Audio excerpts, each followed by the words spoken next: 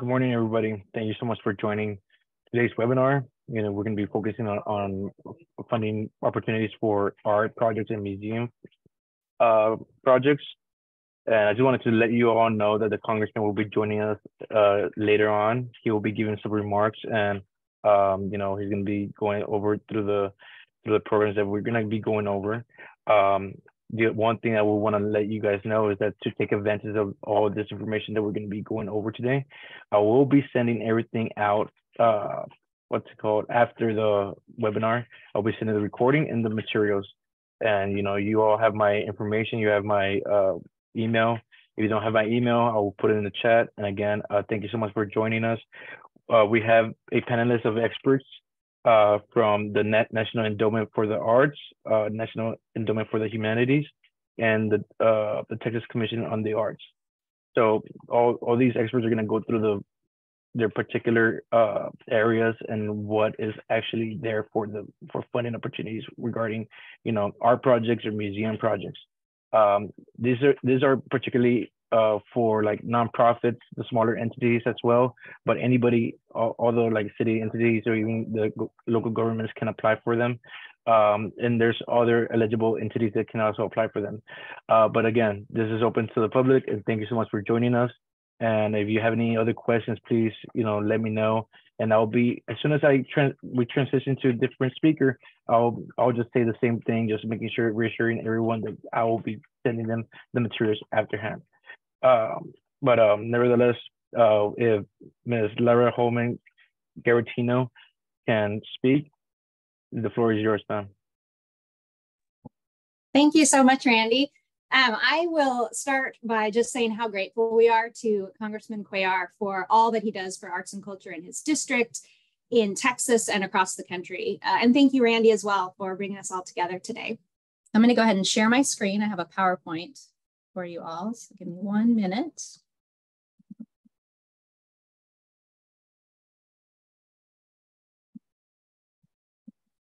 All right, you should be able to see my screen there now. Yes, we can.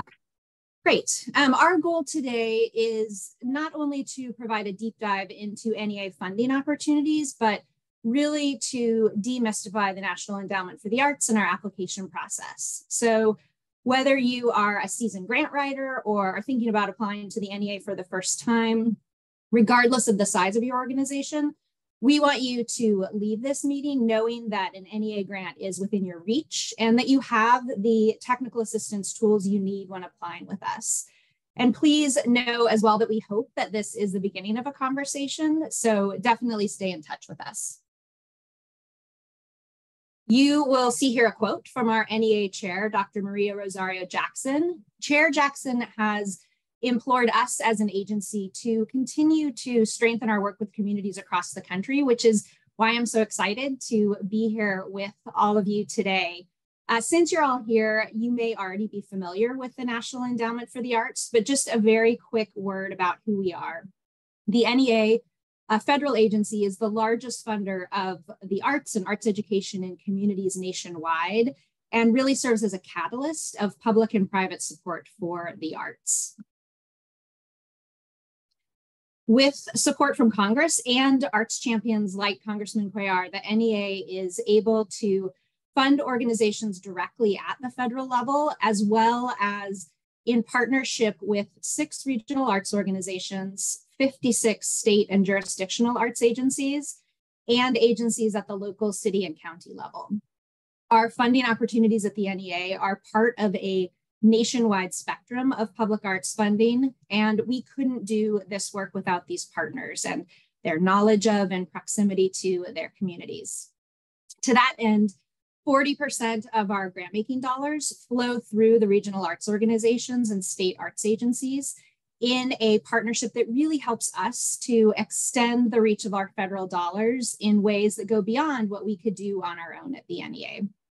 And when you are considering applying for federal funding, we hope that you'll also take a look at the opportunities available with the state's Commission on the Arts, and we hope that you'll consider applying at every level. This graphic provides a visual reminder of the way in which our funds are distributed. So 60% of our funding is dedicated to direct grants, which are awarded through competitive panel review processes. And then 40% is awarded and available as subgrants through our state and regional partners. And states and regions work in partnership with the NEA to ensure that every community in America receives the cultural and civic and economic and educational benefits of the arts. At the NEA, our funding supports arts projects. And on the left side of the screen, you'll see the types of entities that are eligible to apply for funding. Eligibility is open to federally tax-exempt organizations. That includes 501c3 nonprofits. We support units of state or local government, including local arts agencies and educational institutions, and then also federally recognized tribal communities or tribes. It is important to note that for K through 12 schools, school districts are eligible for funding, but not individual schools. On the right side of the screen, you will see a list there of examples of projects and expenses that we're not typically able to fund through our direct NEA grants.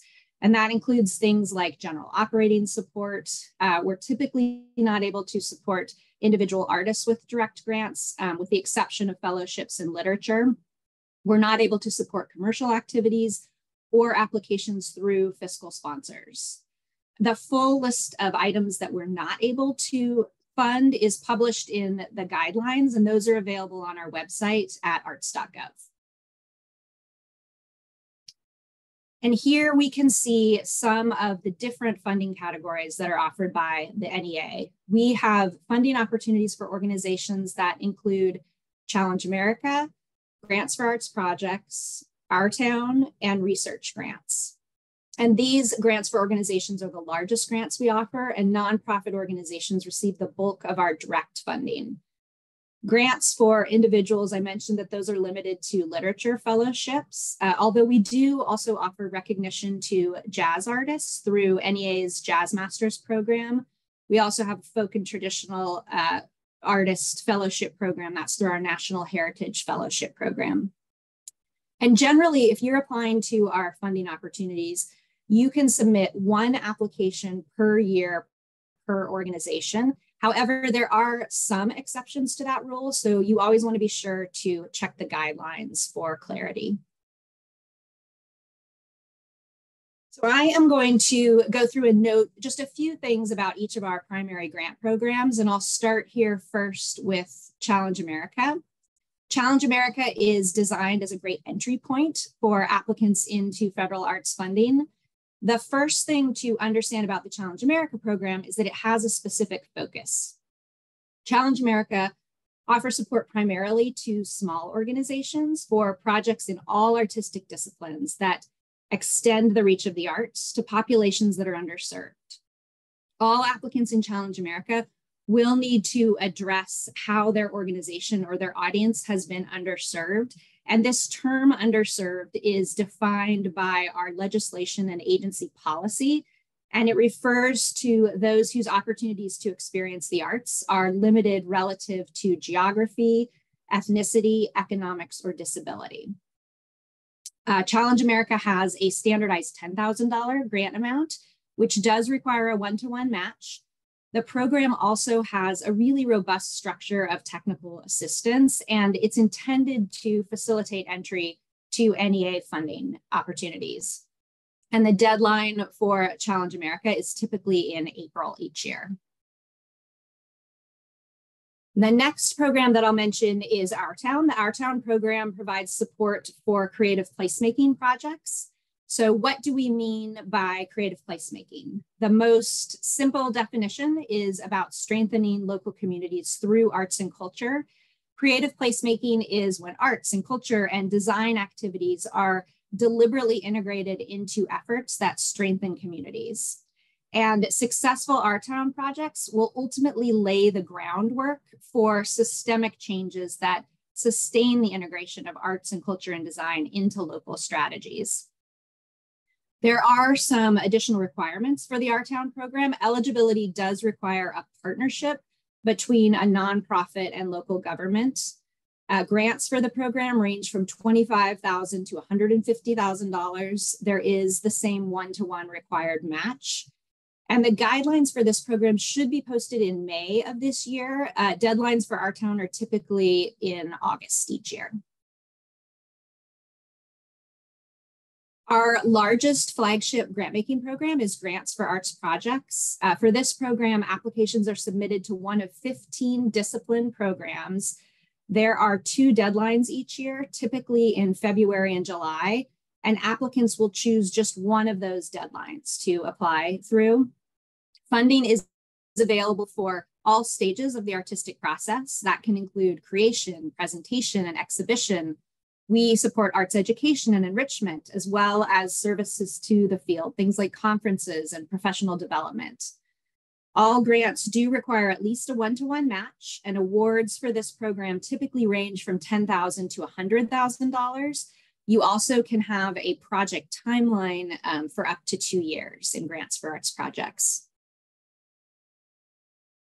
We do also have funding opportunities related to arts research. I'll just note a few brief things on research. There are 2 types of research awards. NEA research labs are focused on social and behavioral sciences, and then research grants in the arts support studies investigating the value or impact of the arts. And I will offer a few other thoughts and tips related to our grant programs. We always recommend that you take some time to carefully read the application guidelines and instructions before you begin. Each of our program guidelines includes step-by-step instructions to walk you through the application process. Each of those guidelines is also going to include a full page of applicant technical assistance resources. Those resources include a schedule of program-specific webinars and virtual office hours. We also have sample project narratives that are available to read from previous successful applications. And if you will be a first-time applicant for federal funding, we have a page on our website just for you that walks through the process to obtain required federal registrations and provides more details on how to apply. And you'll find a link to that page in the applicant resources section of each set of program guidelines. And then definitely reach out to NEA staff. We are here to help. You can always reach out to us at any time as you're preparing your application. We also do provide panel feedback following each review process. And one other way to engage in our process, we are always looking for new voices to serve as panelists for our application review processes. We recruit panelists year-round for all of our programs and reimburse panelists for their service with a modest stipend. We have heard from those that have served that this can be a great professional development opportunity. It can provide a really helpful overview of work and trends moving forward nationwide, as well as understanding how application content is reviewed by panelists and helping you with your own application by understanding what types of things resonate with panelists as they're reading the applications. So do take us up on this opportunity. You can sign up by submitting a bio through our website. Just go to arts.gov and then select grants on our homepage and click on the link for volunteer to be an NEA panelist. And lastly, in addition to following us on social media, you can find everything you need on our website at arts.gov, including contact information for all of our staff. As I mentioned, we are here to help, and we are eager to help you with learning more about the application process and answer any questions that you may have. Thank you. Thank you, Laura. Thank you so much for your expertise. And the Congressman will be joining us now. He will be giving you guys some remarks.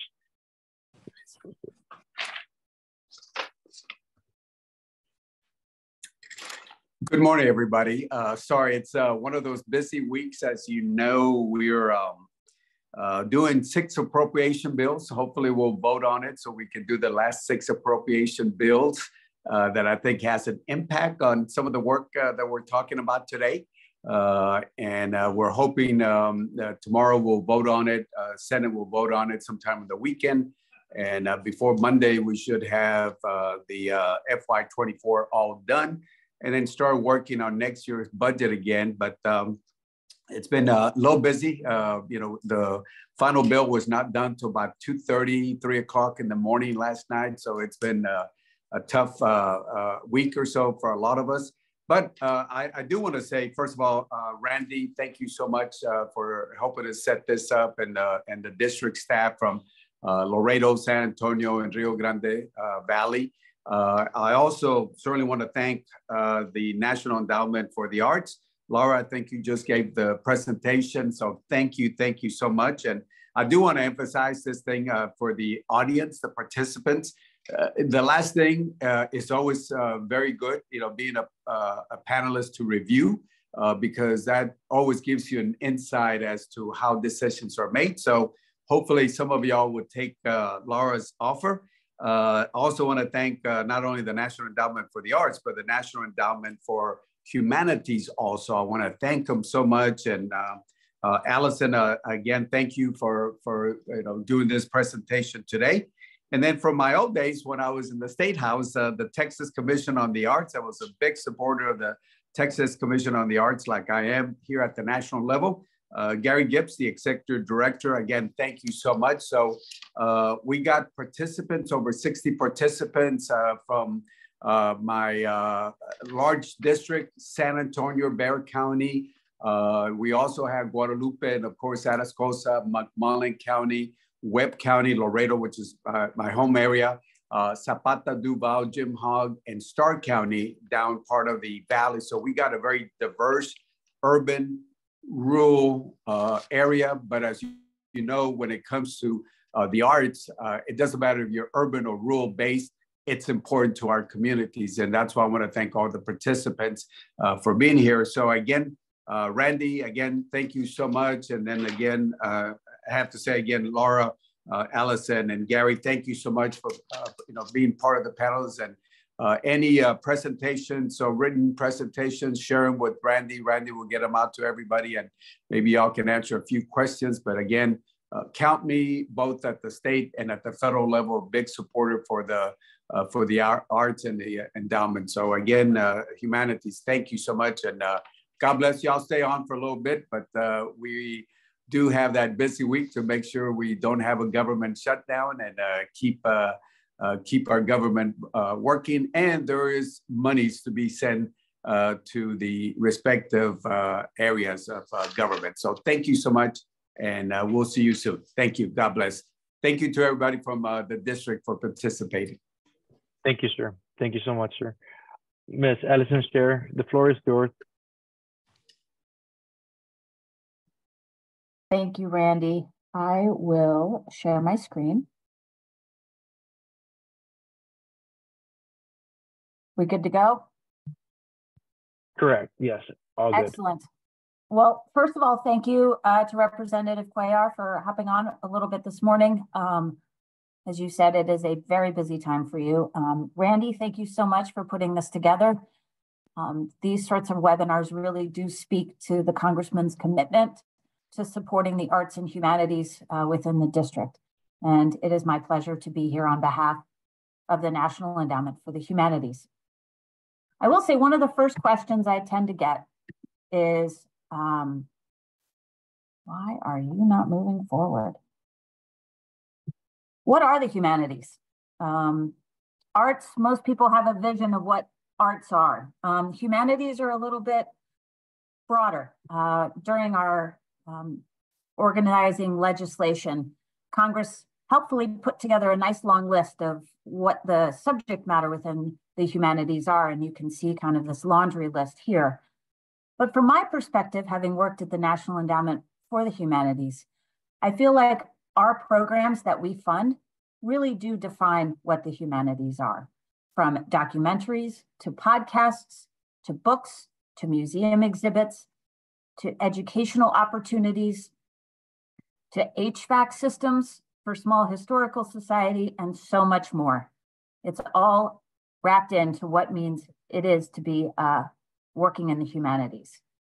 And this quote by Toni Morrison really, I think, captures the work that we do.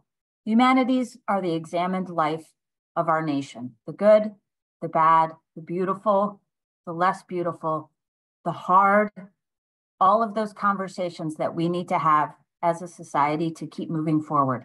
That is what it means to be in the humanities. The things I really want you to take away today is that everything I'm going to talk about is on our website, www.neh.gov. Our grant programs, unlike the NEA, we have over 40 grant lines. So I am not going to go through all of the grant lines today. I think we would all log off and fall asleep before I could finish those. But I will say that our grant lines are competitive. However, you will never get a grant unless you apply. And my goal here today is to help you feel confident in applying and taking those first steps towards getting an NEH grant. All of the information about our grant lines are on our website, and I will show you how to find it all. The Notice of Funding Opportunity, which are our guidelines, helps you put together a very strong application.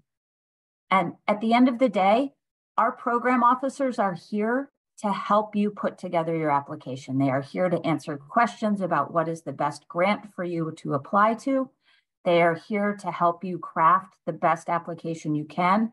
And they are there to help you talk through all of the feedback at the end of the day, whether or not you receive a grant. So please do reach out. This is just the start of a conversation, and I look forward to carrying on. I will put my email after my presentation in the chat for you. So NEH has two categories of grants. Most of our grants are institutional-based grants. Like the NEA, we do require you to be a 501c3 nonprofit. We do also fund institutes of higher education, colleges, universities, community colleges, HSIs, TCUs, all across the board. We also have several institutionally based grants that are collaborative grants. The main applicant, however, needs to be a US institution. We also have a number of individual grants for scholars, whether you're institutionally based scholar or an independent scholar with a history of publication.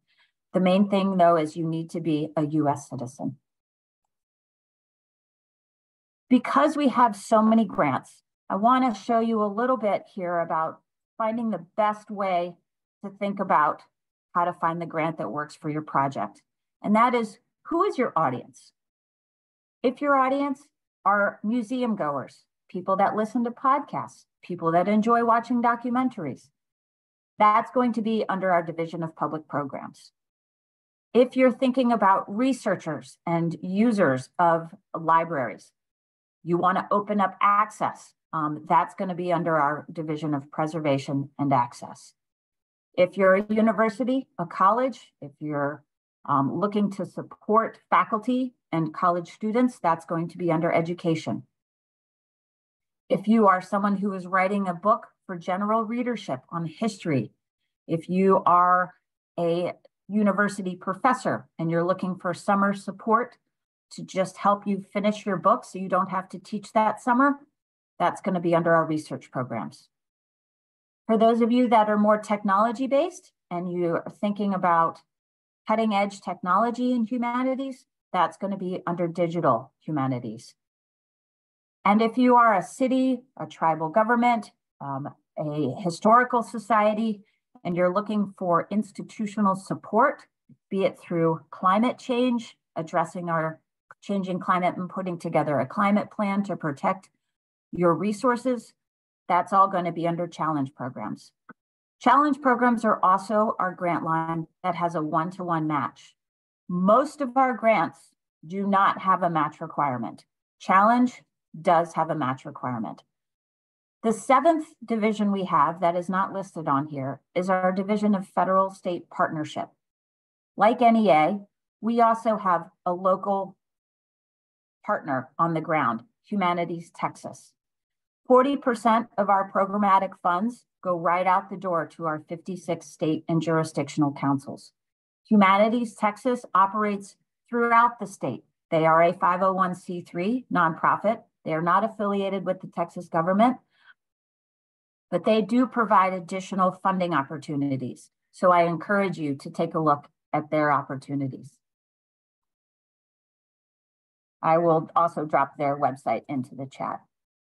So how do you find out specific grant information? This is just a screen capture of our homepage, and you'll see on our homepage, top right, grants.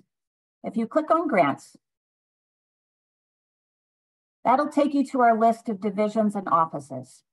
You can go through each of the divisions and offices within NEH, and you'll see a little short blurb on the types of projects they fund. Read through that list, decide who your audience is, where you think you might be best suited, and then you can click on that division or that office to take you forward. And then under each of the divisions or offices, on the right side, you'll see the variety of grants that each of them offer. Again, we have over 40 grant lines within the agency. So each of our divisions has several opportunities and different options. Within each of those grant lines, I'll show you what it looks like when you click on it. You'll be able to bring up sample narratives as well as pre-recorded webinars from program officers that help you walk through the application process. So for example, here, if you click on the Office of Digital Humanities, our Dangers and Opportunities of Technology Perspective from the Humanities grant line. This is one of our newer grant lines. On the right side, you'll see a little snapshot of the grant.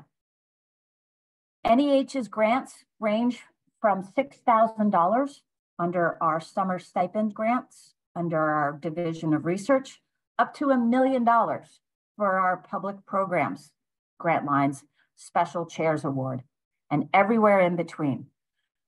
So for our DOT program here, our maximum award amount you can see is $150,000. You'll see who the funding opportunity is for, what the output is, and most importantly, what the deadlines are. And as you scroll down this page, you'll see further information, tips for the applicant, a webinar to help you talk through what this grant line is intended to fund, how you can apply.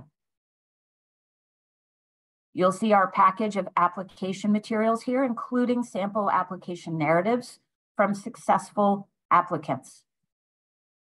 And then at the far bottom, you will see our program statistics in terms of success rate. Across the agency, we have about a 15% success rate. The demand way outstrips our ability to fund all of the projects. So I encourage you to take a look at through all of the materials to put together the best application you can to be one of those successful applicants. I will also say many of our grant lines have a draft deadline. You'll see that under the grant snapshot. Submit a draft application, receive feedback from a program officer before the final application is due. It's only one more additional way that we are here to help you, encourage you, and provide the support you need to put together the best application you can. A few tips here. I'm not going to read through all of them. This will be sent out, but I will say, besides the draft, we also have a panel process. We have outside panelists review all of our applications under each of the different grant lines, experts in the field, and they talk through in depth each of the applications, strengths, weaknesses, where they wish they could have seen more. And all of those panelist comments are written at the end of it. And whether or not you are successful, you can access those panelist comments. If you're not successful, it can help you put together a stronger application the next time.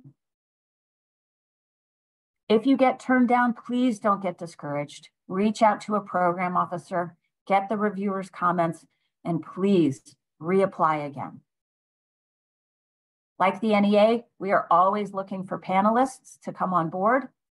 It will give you a really good insight into the types of applications that panelists see as very, very strong, and it will only help you and your organization in your efforts in the future. We also provide a small stipend, as there is a whole lot of reading when you are a panelist. But we can't operate as an agency without the peer reviewers. Again, please do stay in touch. We have a number of different newsletters from all of our divisions. I will drop my email in the chat. These slides will be made available afterwards, and I look forward to continuing the conversation with you. Thank you so much, Alison. I really appreciate your expertise. And I just wanted to say some things regarding, applying for grants. I know sometimes these grant openings, they open like within like 3 months, 2 months, maybe 6 months, but it's very important to apply, months, or not apply to the application, but work on the project itself way beforehand. So whenever you apply for the application, you have all the information ready. All you have to do is take care of the little details, because those 3 months that whenever those application postings are posted, they go very fast. They go very fast, and you don't want to be missing those little details either. And the agencies, unfortunately, there are black and white, and it's a competition too. So they're gonna be choosing the best grants. I mean, the best application. So I do want to say that what our office can offer as well is that letter supports. If you're applying for a project, please let us know. We can definitely submit a letter of support on our behalf. And obviously, we just need a draft from you guys. But nevertheless, we can help you in that way. We can advocate for the agency as well. So next panelist is going to be Mr. Gary Gibbs. I'll be sharing my screen for his slides as well. Thank you, Randy. Good to be with you all today. I looked at the list of participants. Some of you, I recognize your names and we've met before. I want to thank the Congressman for giving us this opportunity to share information with you and my colleagues at the endowments. It's good to have you visiting us here in Texas, although it's virtual. So I'll go right into the presentation. Next slide, please. Get a little overview of what our agency is. You heard already from the NEA and from the Humanities Endowment that each state has their own state arts agency. So next slide. So our mission really is to advance the arts, to advance our state economically and culturally by investing in creative Texas. And what that means is we mainly provide grants to the field, but we also promote the arts in all the disciplines. Next slide.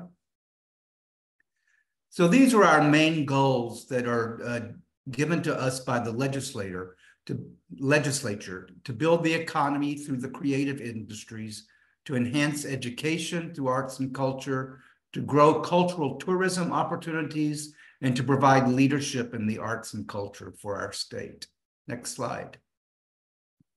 I'm going to be going quickly, so there'll be time at the end for some questions. So let's talk about the grants that we offer. Next slide. We give about 1,500 to 2,000 grants annually. You submit your applications online, just like the NEA and the NEH. They're reviewed by peers and adjudicated, scored. Based on that score, that's how much you're awarded. We have two, and all of our grants are approved by our commission. Two big categories of our grants. One is operational support grants that we call Arts Create, and the other grants are project-based. We call those Arts Respond, and I'll talk more about them in a minute. But they range from as small as $75 for a librarian to bring a storyteller into the summer reading program to $250,000 for a cultural district project grant. And all of our grants require a one-to-one match. Next slide. So how are you going to get started with our agency? The best thing to do is to email our staff at accounts@arts.texas.gov, or you can call us as well. We are focused on being customer friendly and will help you in any way that we can. Literally hold your hand over the phone and say, click here, submit this here. We will assist you in any way we can. You do need to be a nonprofit 501c3, and we'll need to see your IRS letter of determination. Go ahead. Next slide.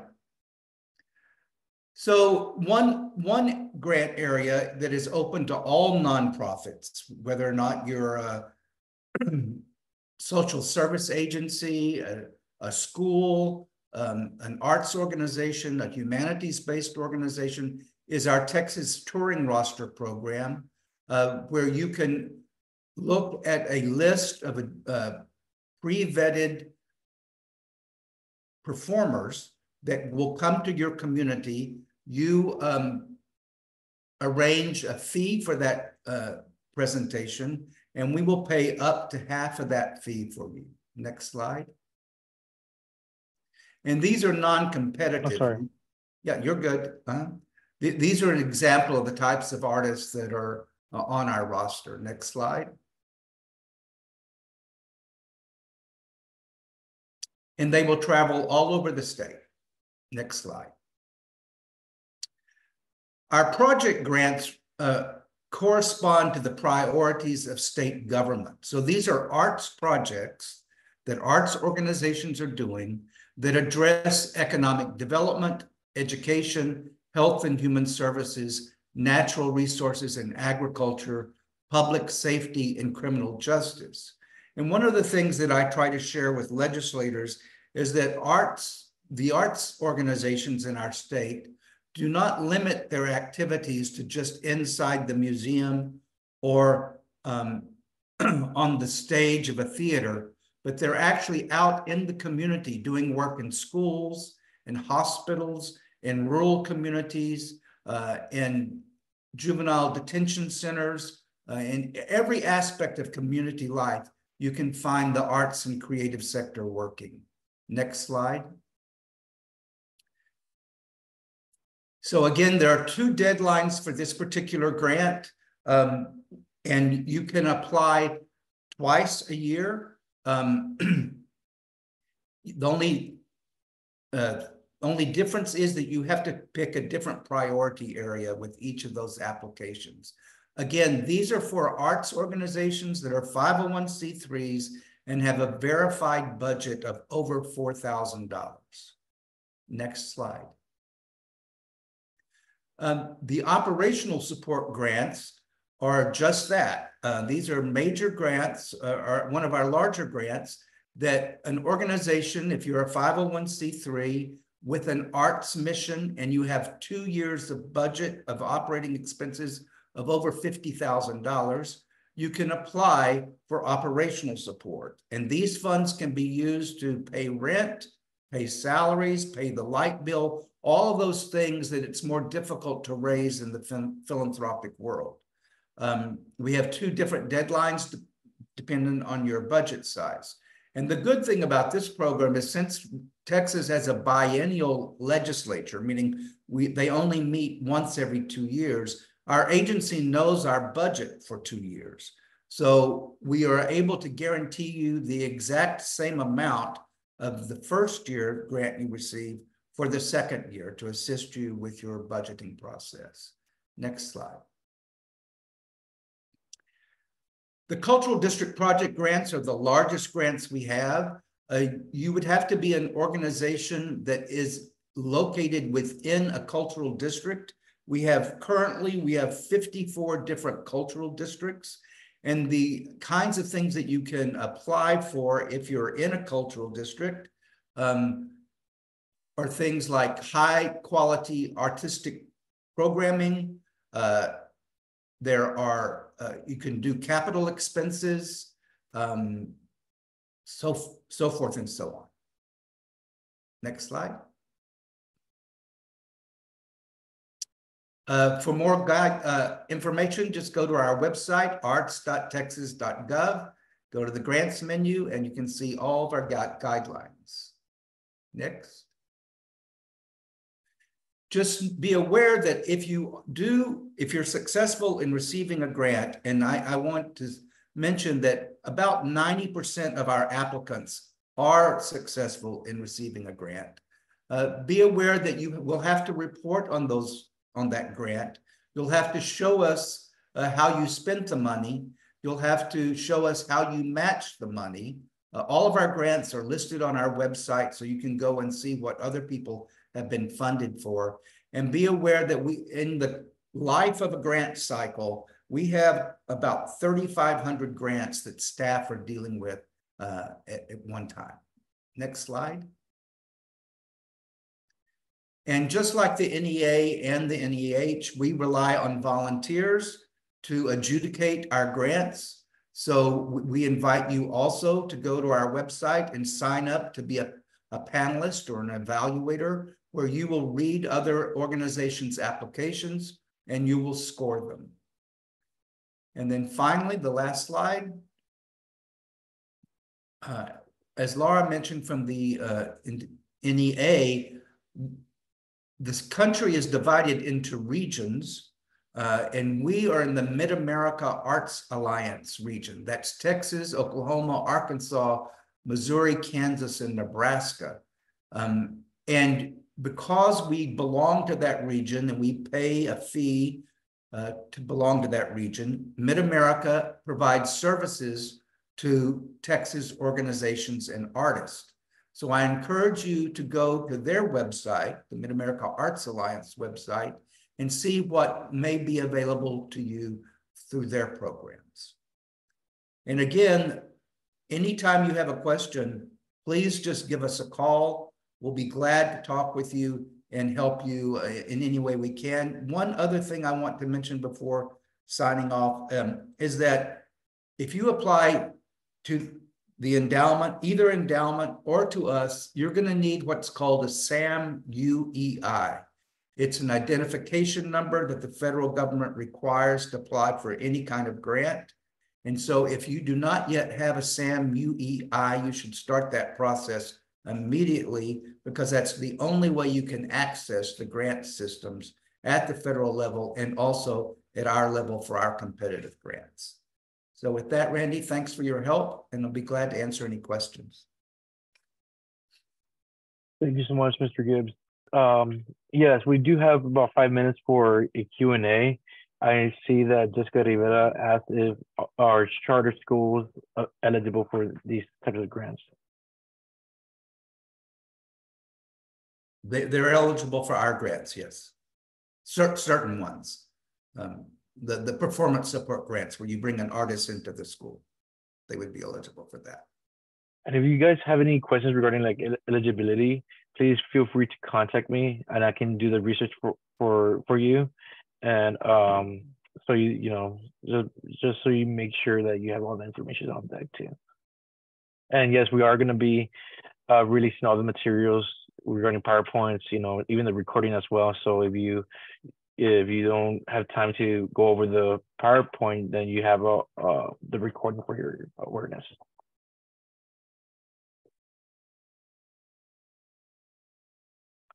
Melissa Thomas, she asked, what is the name of the website Dr. Gibbs recommended us to visit? I think you're referring to the Mid-America Arts Alliance, and I would just Google Mid-America Arts Alliance.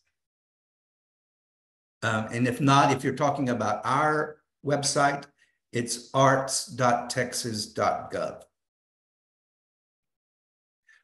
The NEH is NEH.gov, and the Arts Endowment, NEA, is arts.gov.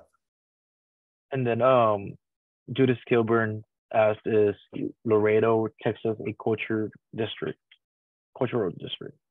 Yes, downtown Laredo is a cultural district.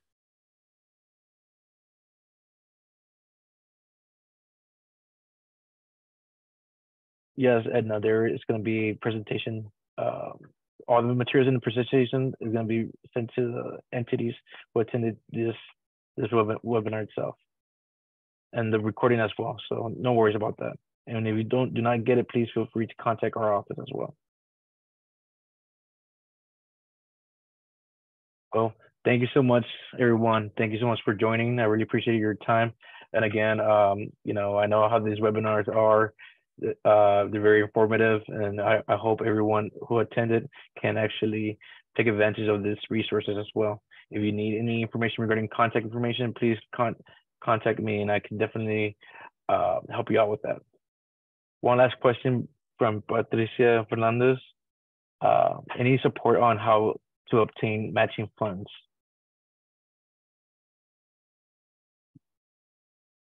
I can say one thing about matching funds from the NEA perspective, which is that we accept both cash and in-kind matches. So you really can use sort of part of your administrative overhead expenses as that match. You don't necessarily need to be accessing new funds to be part of that match. And if you have any questions about the match, please do reach out to us and we can talk through some additional ideas on that. Well, again, thank you all so much for your answers and for your time as well. And please feel free to contact our office. Again, we provide letter of support. And is there any way or anything that you guys need regarding like grant research and any types of grants, please feel free to contact me. We can definitely sit down and schedule a phone call or go over your potential goals. So again, thank you so much for your time. And I'll be logging off in a few. So if you have any last minute questions, I'll be on, but everyone else can hop off if you like.